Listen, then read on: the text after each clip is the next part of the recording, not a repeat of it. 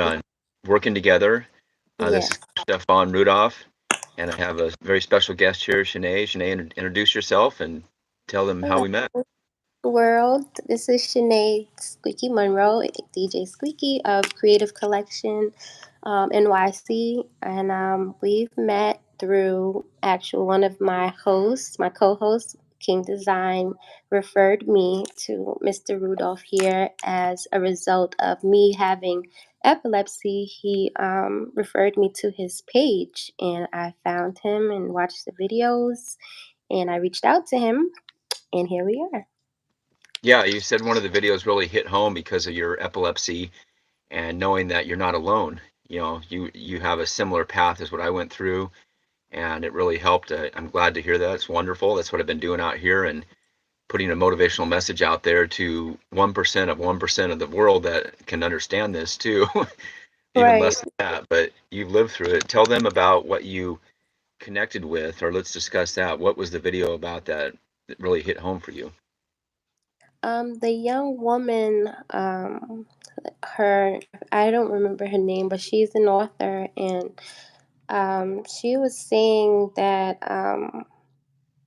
it's not easy having this condition and then having the support because other people don't really understand what we're going through. They just look at us like we're normal because Yeah, we see normal.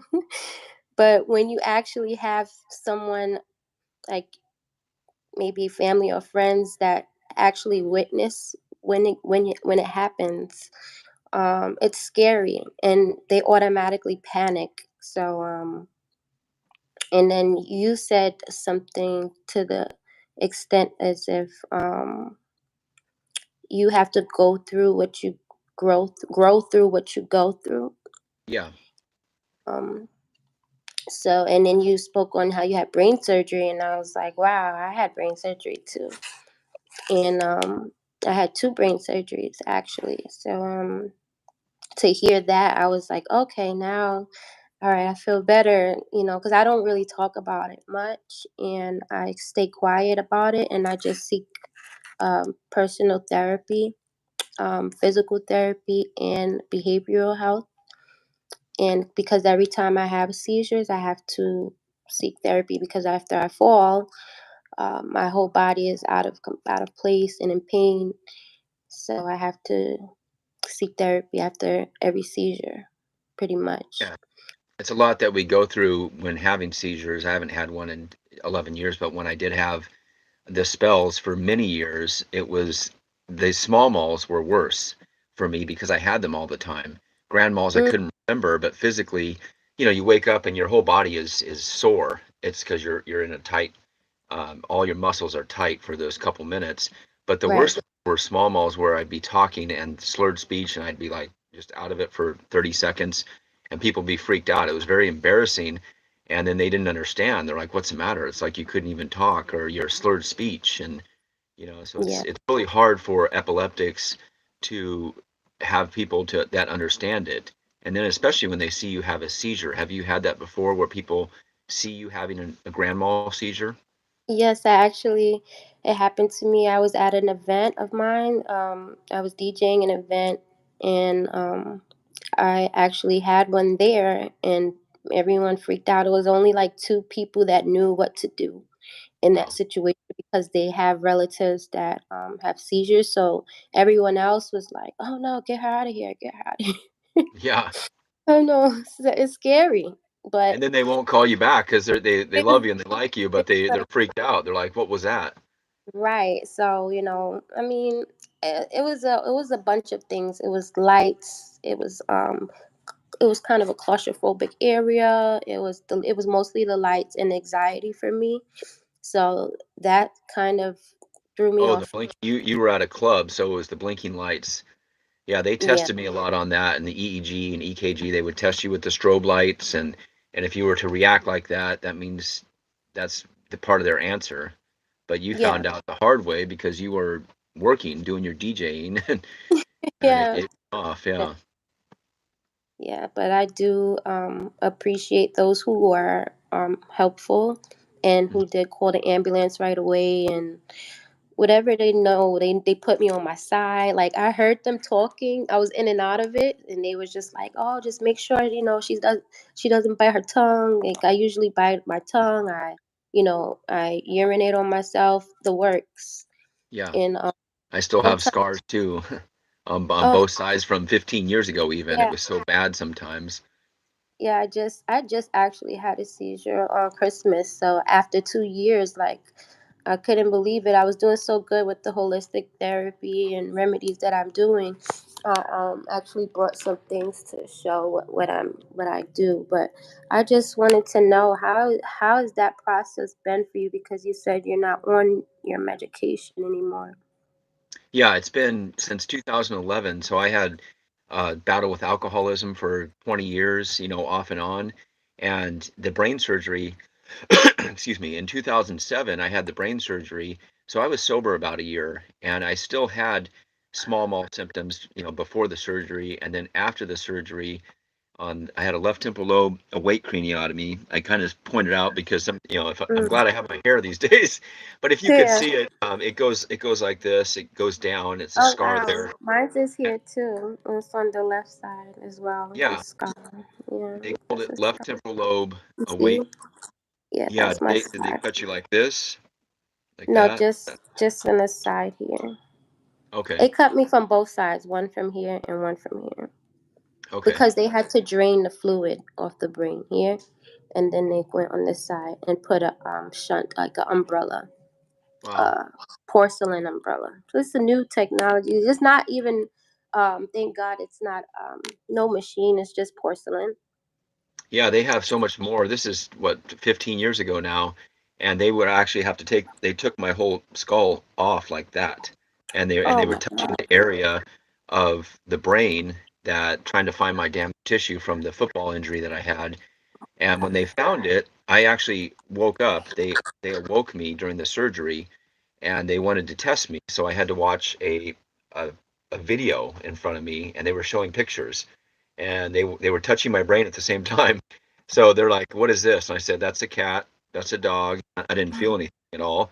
And then they hit the area where I convulsed, and it was a belt. Mm. I remember it being a belt, and I kept saying, "I'm not having a seizure. I'm not having." I was yelling at them that I'm not having a seizure. The doctor told me later, and I said that out loud so many times. I was freaking out with them doing the brain surgery, and then they took it off, and it went back to normal. And so they put me under. They removed that tissue and put me all back together again. So it sounds like Wow. you're in a different state. They didn't completely open you up like that, right? They just like it's like they drilled a hole and went in with a scope, with a camera. Okay. Because at the time they treated me like a child. I was like 18. They didn't want to split my brain in half, or like how they do adults. Hmm. So they went in with a scope instead and just like dissipated the cyst, like the cyst. So they just like squeezed it and drained it. So it Okay. eventually ended up growing back. Got it. Yeah, yeah. And so, oh, since that time too, you've had to go back on your question from 2007 to 9. I didn't have any medication, and I was doing better, but I started drinking again, and then the drinking led to more seizures, and epilepsy returned, and I started having seizures in the weight room, the locker room, everything. It was a mess, and my drinking was out of control. But I started doing meditation. I started changing my diet in 2011, and that started to help. A lot of the Tegretol, Topamax, Depakote, a lot of the medication I took was having a lot of bad side effects too. And I just wanted to get off of it. I wanted to be more holistic, but then it was like a battle. The spiritual and the ego was more like drink, party, have fun, get healthy. And it was a Yeah. battle that exploded in October 10th of 2012 with the DUI jail. So when I did sober up, it got a lot better completely. Over the next year, it went away. And I've been off medication ever since 2011, and then sobriety since 2012. Wow. Congratulations. That is like a whole goal. That's a blessing in itself to hear that it's possible. I know other people who have seizures that have been on my medication. Some of them are not on it no more. They don't have seizures anymore, and but the others, they just They're still on it, and they don't want to try the holistic at all. So Right. I'm just like practicing my holistics, and then I'll go to my doctors and we'll do tests to review my brain scans, and they'll see that my what I'm doing, my self remedies, my home remedies and self medications, and how it's working versus how it's not working. Because even before my brain surgery, my brain surgeon, he did a CAT scan and he saw my brain stop swelling, and he was like, "What are you doing? I didn't give you any medication. What are you taking?" And I was so scared that to tell him, but I had to let him know, like, I'm taking CBD oil, and taking a lot of different herbs. Black seed oil and cat's claw and different herbs. And he was just, I'm gonna just put herbal infusion on your medication, that you have to keep taking it because the machine doesn't lie. And, you could technically sue me if I tell you to stop healing yourself. So Right. that's how that was. That was a fight to even get a doctor to put on your your medication list to continue herbal medication. So you were taking both? You were still taking the medication and herbal? I wasn't taking any medication at all. That's why he was like, "What are you doing?" Oh, Because I didn't give you any medication. yeah. So It I went it was went against feeling his ways and means of understanding how it was stopping, so you were just changing your eating habits right. and the herbal medication. Yeah, so he basically told me that I have to stop taking it before the brain surgery because it's powerful, just as powerful as medication, because all medication comes from plants. So Hmm. he said, you will have to stop taking those plants before we give you more medication like anesthesia. You can't be on something that helps you, this inflammation, and then on top of the anesthesia, like, it's dangerous. So he said, just stop taking everything, before brain surgery. Okay. And then once I had that, I was on some strong opioids that was working in reverse for me, and it kept me awake along with the uncomfortability of this shot. So I couldn't sleep, and of course I went back to work and DJ'd many events like nothing happened, and I wasn't allowing my brain to heal properly. Yeah. So it developed some kind of scar tissue, Hmm. and that's what he said is causing the seizures. The scar from around the wound. Yeah.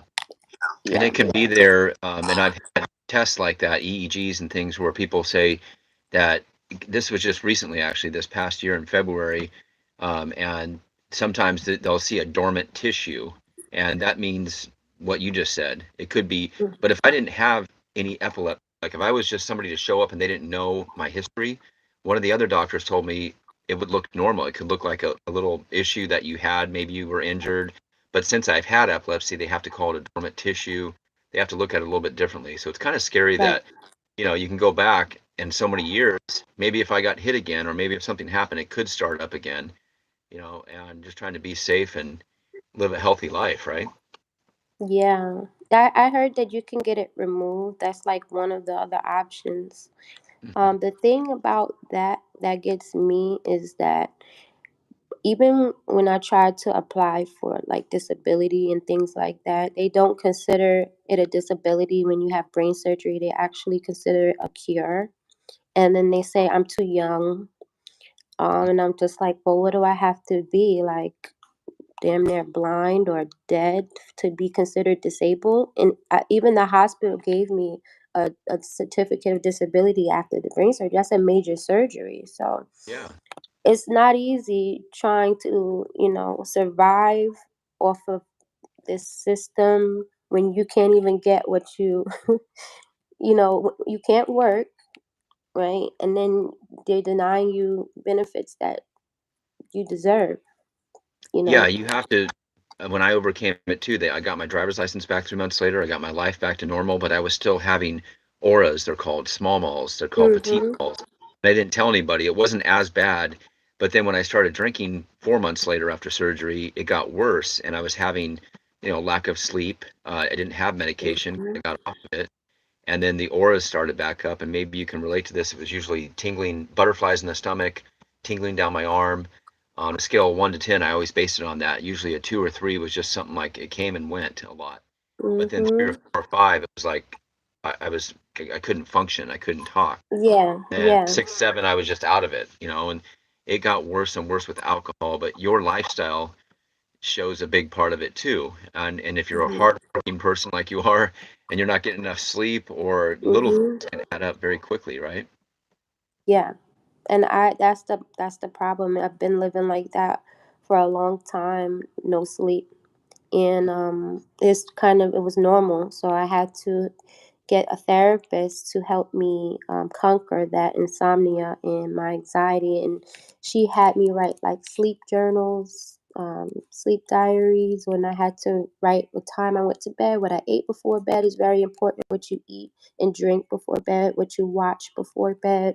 um, no bright lights before bed, like the blue lights on from the phone Yeah. especially, and not to sleep with the phone near your head or near you at all at night. Going to the bathroom before bed. I had to write all of those things down for about a few months to get my circadian rhythm back, to get my sleep back.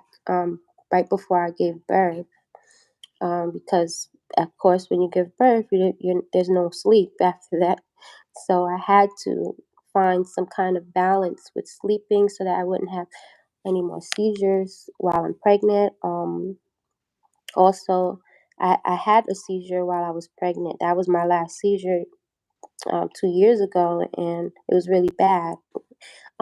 So I had to stay in the hospital for 3 weeks until I gave birth, and that Okay. was hard. That was a very horrible experience. And it seems like people, they like, even the hospitals, they don't really know how to deal with your situation, because they don't really deal with people every day with your situation. So it's like I have to repeat myself, every doctor, every nurse, and tell them my condition. It's like they want to hear you say it, because if you don't advocate for yourself, they will find any kind of way to just guinea pig you. Yeah, it's usually they're looking for an answer, and they need to have something in their book to say, well, this is what it is. And the answer doesn't come Mhm. as quickly. And that's part of my writing and my books and my coaching now too. The answer, sometimes you have to be patient. And when you're a patient at the doctor's office, they're not so patient. I saw. Right. So put it that way, Yeah. where you have to have that patience and understand maybe it could be something to do with your sleep, like you said, your eating, your drinking, your stress. And then they want to say, well, here's what happened, here's the medication, and here's Yeah. the answer. So that's a big part of it, right? And you know what? I'm like, I have a pharmacy background like yourself.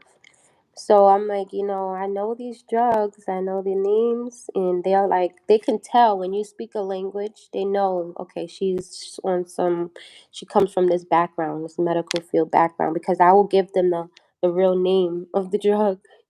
So, you just have to be careful with certain people, with all people, really. But still, like, you can't play that game with everybody. You don't know where people come from, their background. So, just to see how certain systems maneuver without even knowing who you are is is kind of disappointing, because we already have a condition we're coming in with, and then you want to come on top of our condition, and it's like you want to worsen our condition out of what, a scientific method? I don't Yeah, know. they have a book, we have a body. I kind of look at it like that. The Yeah. book that they've Yes. analyzed us by, they don't understand. If you, it reminds me too of going to AA meetings. So if you're Alcoholics Anonymous and you go to a meeting, and let's say you go and you're not an alcoholic, and you would just say, well, why don't you stop drinking? It's easy. And it Yeah. doesn't make sense. It's like to them. So a doctor looks at you, a neurologist looks at you and says, well, this, and this must be the cause. So let's give you this, and this medication.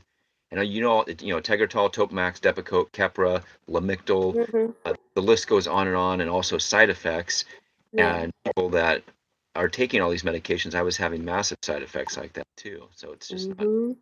Yeah, I it's couldn't difficult. take it. I could not take it. I don't take medication. So when you take something that's foreign to your body, you can have complete side effects that are detrimental. Like I had bad mood swings, depression, anxiety, things I didn't know I probably had for a while, and it didn't like blow up until I got on the medication.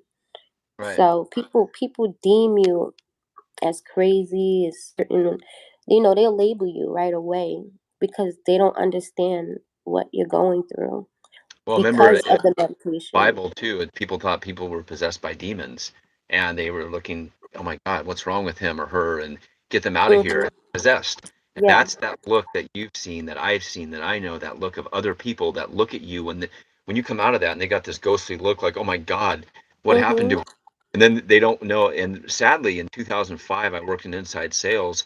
I had a seizure at work. I blacked out. I woke up in the hospital. Didn't know what happened, Mhm. and I go back to work 2 days later, and this lady that was next to me in another cubicle was typing, and she had her finger in a stent. And I was like, Mhm. "Oh, hey, how you doing? What happened?" And she tried to prevent me from biting off my tongue. She almost lost her finger, so I almost bit her finger off. Wow. I didn't know this. I didn't remember any of it, and she was looking at me the whole time. She wanted to move. She didn't want to insult me. She really liked me as a friend. Oh man. There was something, just PTSD in her ever since that.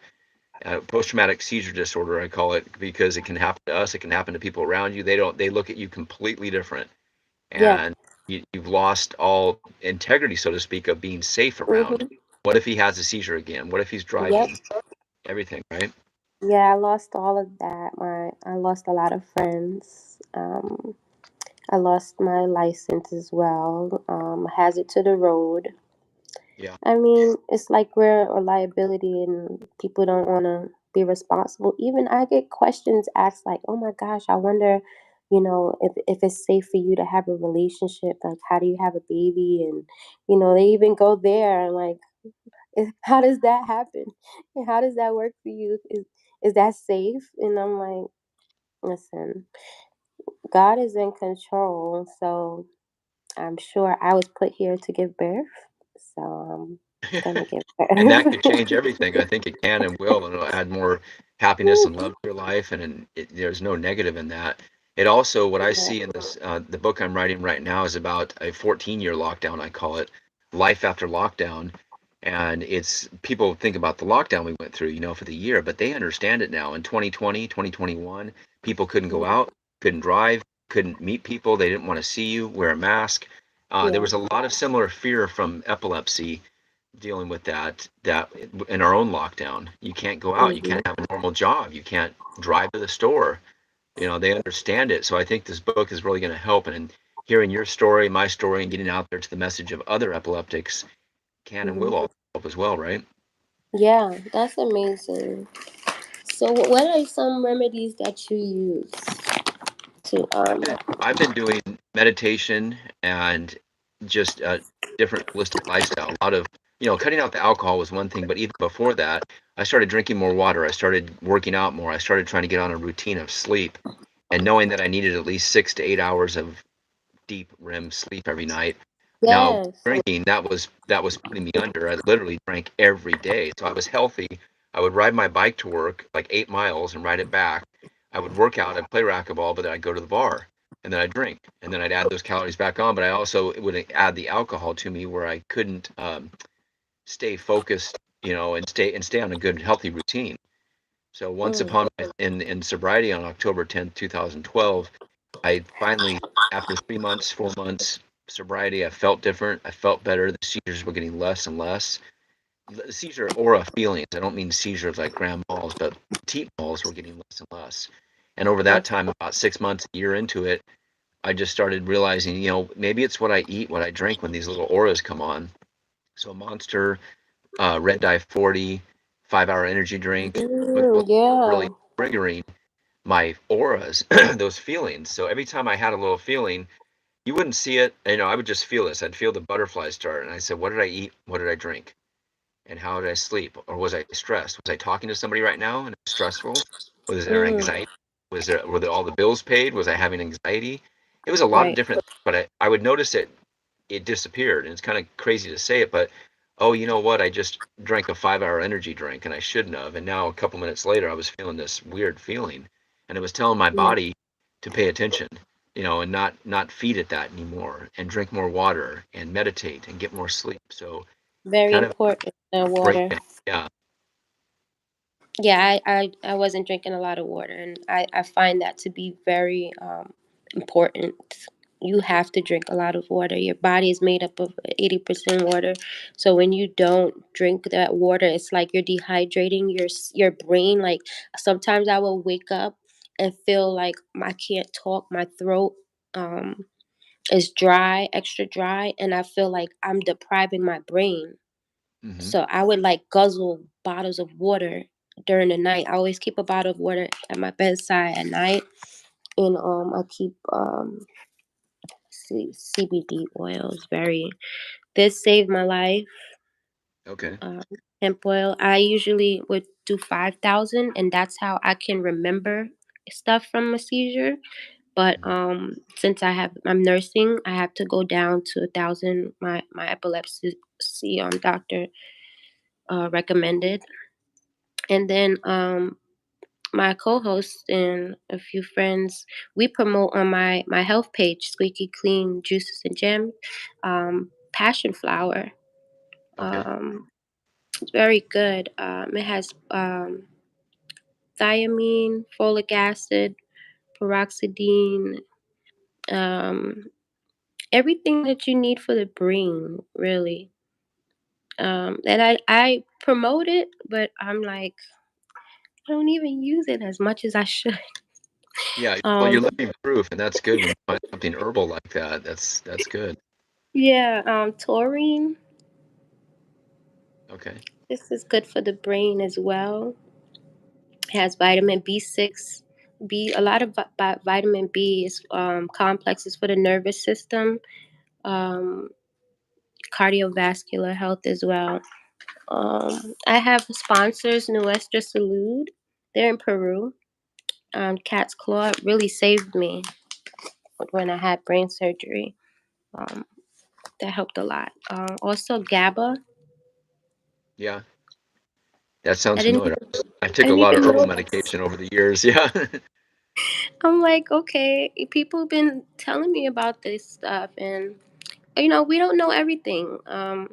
We just it's like a trial and error for us. It's a calming and relaxing, promotes positive mood and reduces stress, eases nervous tension, basically anxiety. So that's GABA is good for.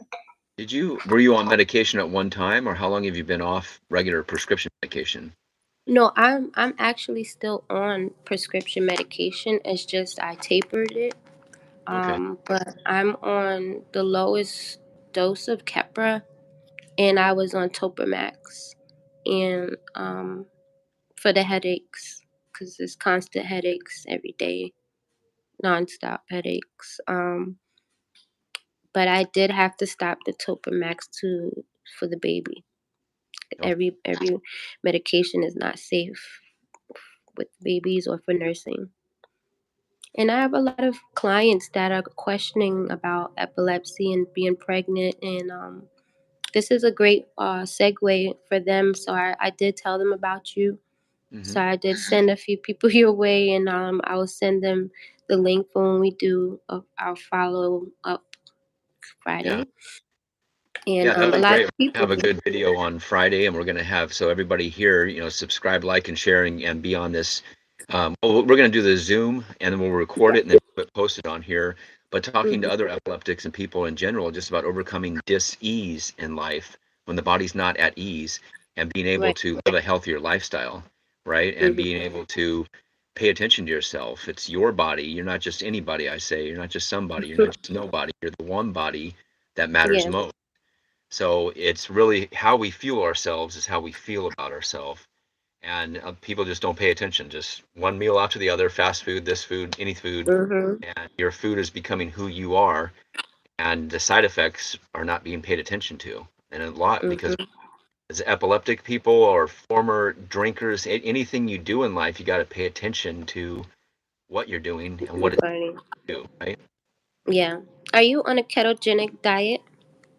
I would say a little bit. I'm not following it extensively, but I've been on keto for a while where 16 and 8 has been real popular for me. The 16 and 8 diet is 16 hours off eating, no eating, 8 hours on. So in the morning, I've also juiced now for about a year with celery juice. I've been addicted now to celery. I'll buy like Mhm. 6 to 8 stalks and I'll juice it. That'll last about 3 days. And I will have that for breakfast. So it's not like a full keto not a full fast, but when I'm hungry in the morning, I'll have a little celery juice. I'll have some in the afternoon, and by noon Mhm. or 1 o'clock, I'll have a lunch, have a meal, and try to keep it regimented where I'm not eating at night. I try to cut out the carbs and the chocolate and the sugar. That's a big thing too. Is the sugar addiction took over from Mhm. alcohol is sugar, and when I stopped drinking alcohol, it became cavities. It became chocolate, Right. everything else. But I love dark chocolate. It's not, it's about your intake, I would say. Yeah. Well, I look Not the forward milk to chocolate, dark chocolate. I know that the dark stuff, the good stuff, almost the when it's fully what's it called? It doesn't even taste like chocolate. I'm trying to think of the name. Cacao, right? Cacao Oh chocolate. yeah, cacao. Yeah. When it's all I like do that too. 90% dark and you taste it, and that's not the chocolate we're used to. We're used to being able to eat the chocolate that tastes good, and it's like sugar. And yeah, there was a comment on here. Mhm. It's always a trade. Yeah, that's Yeah, Creative Collection, yeah. NYC. So it's a Yeah. trade-off to be able to live healthy. And I say it's ego versus spirit too. So ego is up here, it's not bad, but it tells us what to do, how to do things all day. Spirit is in the heart, and the heart says, eat well, and you'll be able to. Sorry, I got a call here. I don't know if that messed it up, but the phone call came in. But Mhm. you're able to eat health and you feel better about yourself. So your heart says eat healthy, but your mind says, oh, sugar, candy, drink, whatever. It's a battle. It is a battle. I am good with the fasting as well. I don't do the keto too much, but I do like the juicing. I do sea moss, Irish moss. It's really good for the nutrients and putting all the minerals back in your body and your brain and everywhere that needs to be. Um, I do green juice. That's with the cannabis plant. I use the leaves and I juice it, and it's like very electrifying. So I try to stick to like electrical fruits and vegetables, alkaline, Yeah. um, because it just like recharges the all of the endocannabinoids that we produce in the brain. Hmm. Um, I didn't even know it was that good. I was watching another woman with issues, health issues. She does it, and she was juicing it with the celery, and I was like, "Oh my gosh, what is that?" Yeah. And she told me, I tried it, and I just fell in love with it. It's amazing how much they try to demonize natural plants. Is so I think that's illegal Yeah. alone. It should be That's because illegal. they're Why would looking you? for a cure. They're looking for to prescribe a cure, but then they never really ask these questions. I never remember them when I had really bad seizures for years. What are you eating? What are you drinking? They would ask me about alcohol, but it wasn't anything to do with fast food. It wasn't anything to do with my lifestyle.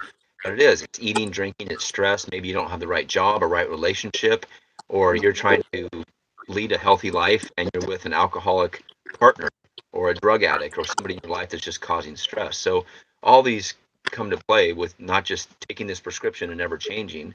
I did that for years. I took prescriptions for 15 years and never changed. Mhm. So anyways, Yeah. let's save this. I'm going to put this on the YouTube channel so everybody ask some questions on here when people see this.